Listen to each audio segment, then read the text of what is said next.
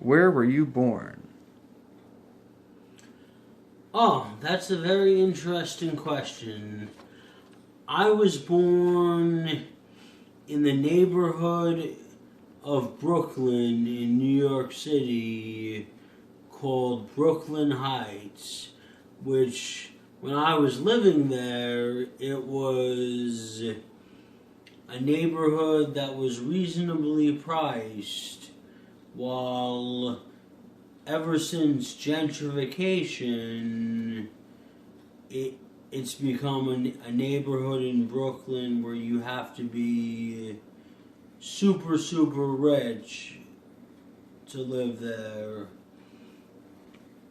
And how was your childhood? My childhood, it was a little bit hectic. What I had to face as a child is I had to face being treated by some of my family differently, like I'm kind of a side dish, because in a way where my family always counted on my sister and some of my older cousins. Well, I was treated like Gabe is Gabe. He's not he's not all that important. And what inspired music as your number one topic of interest?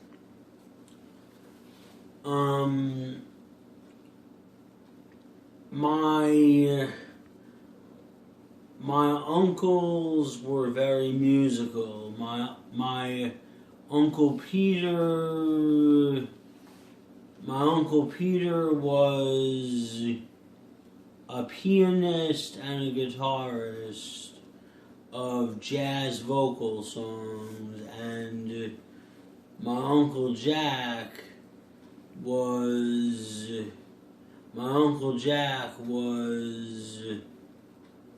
a dancing doctor, meaning he was a doctor who liked to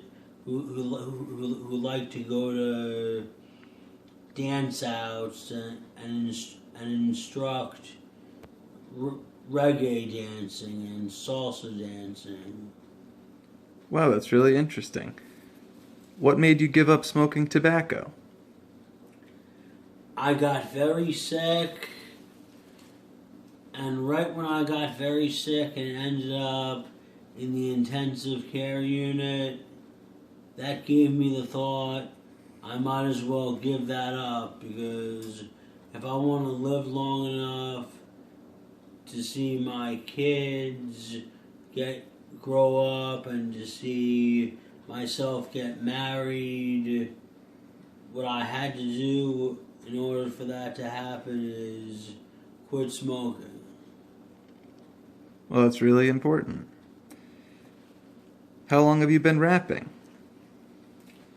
I have been rapping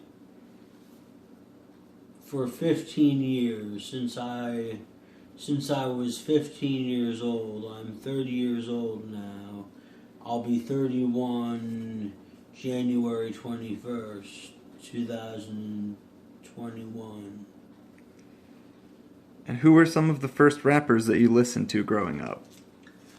The first rappers that I listened to growing up were Will Smith and Beastie Boys and Run DMC and Public Enemy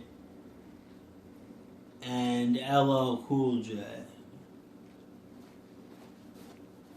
How was your love life? I have a very beautiful love life. I'm with a beautiful redhead woman who has problems of her own, but she's a real sweetie, and I am gonna love her till the day I die. I even want to get married to her, even though she has things to work on in terms of her independence. She is a real sweetie, and I'm never gonna let her go. Have you had other girlfriends? Yes, I've been dating. Well, actually, to be honest with you, before my after high school program that I was in, I didn't have any girlfriends. I just took girls in my grade out for a date to the school dances and to the senior prom and everything. But now, ever since the year 2009, which was my senior prom of my after high school program, I had a girlfriend back then by the name of Alexandra DeHaven, and I dated her all the way until